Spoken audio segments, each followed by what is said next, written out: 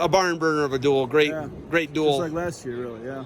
Yeah, when you look at Elyria, you come down to the stretch, you guys are down. I think it was like 18-3 or something crazy like that. 20-3, yeah. 20-3. When you look at coming from behind like that, was there confidence in you the whole time in your guys?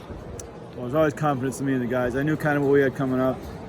The meat of our lineups in the upper weights a little bit, middleweights and upper weights. I respect Elyria. Bernie's a great guy, man. I respect him more than any other coach in the high school level, probably.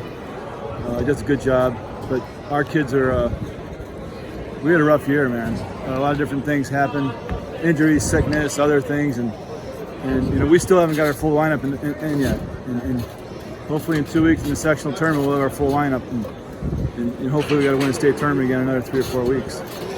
Crazy stuff's happening, like you're saying, up and down, just everything, personal stuff, the whole 9 yards. How do you hold everybody together, and how do you do it?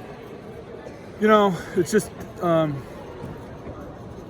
We talk about every day doing a certain goal in practice, certain things, and just kind of living day to day. It's not like looking at the big picture. It's what we have this week, what we have this day, what we have, the next couple of days we need to get this done. Not necessarily, and I say we have to really concentrate on the things we have rather than the things we don't have.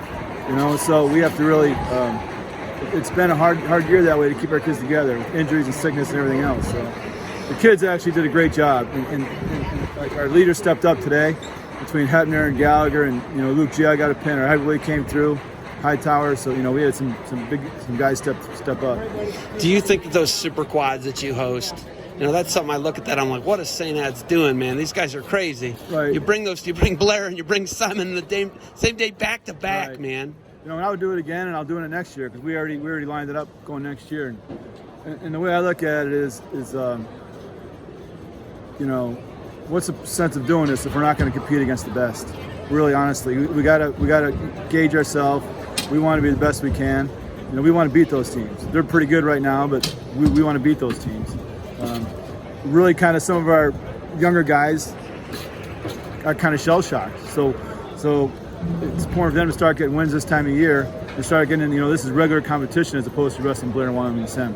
But I would do it again. We're going to do it next year. We're going to wrestle those guys. And like I said, we have our schedule lined up. We're wrestling all those guys. And I really think it helps getting ready for these later tournaments because this is just like for these guys another match, honestly. For as big as the situation is, don't get me wrong, it's a huge situation. But these guys they've been in these situations all year. I asked you last year and you were like, it's my first year as a head coach. Why are you asking me this question? But how much longer firefighting? I have 5 years and 10 months left as a fireman. 5 years and 10 months. Do you have 5 years and 10 months left as the head coach for St. Edward? Well, it depends who you ask. If you ask my wife, no. But I have no plans of leaving anytime soon, and that's the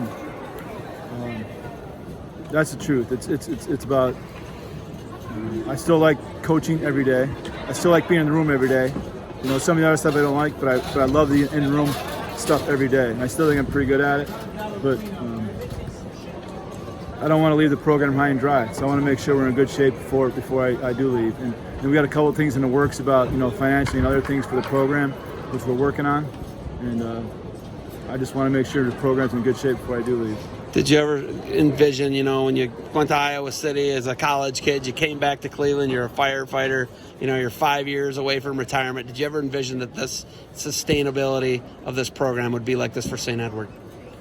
I think that's what I'm most proud of is, two things. One, the sustainability, like you said, we've been good over a long period of time, and our kids produce at a college level. I think those are the two biggest things that I've been really, really most proud of. And I've been here, this is my 29th year at St. Ed's, and I'm really proud of the sustainability. And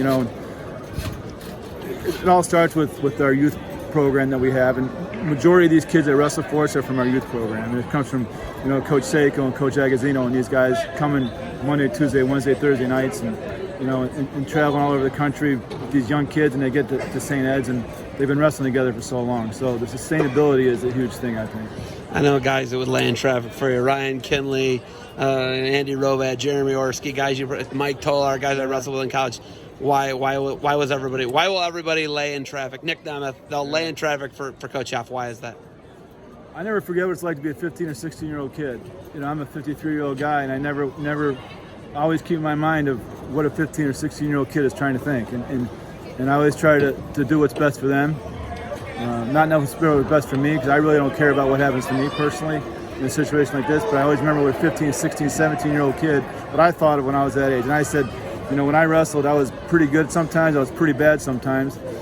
I know you can't, what they say is bullshit or bullshitter. So I've been in almost every feeling situation you've been in, I've been in personally. So I can really connect with the kids that way. I've been lucky. And the kids kind of respond to just, you know, one thing I learned from Gable, man. Gable was a really personable guy. You wouldn't think it, but he knew everything about us personally. You know, we had girlfriends, what we did in off days.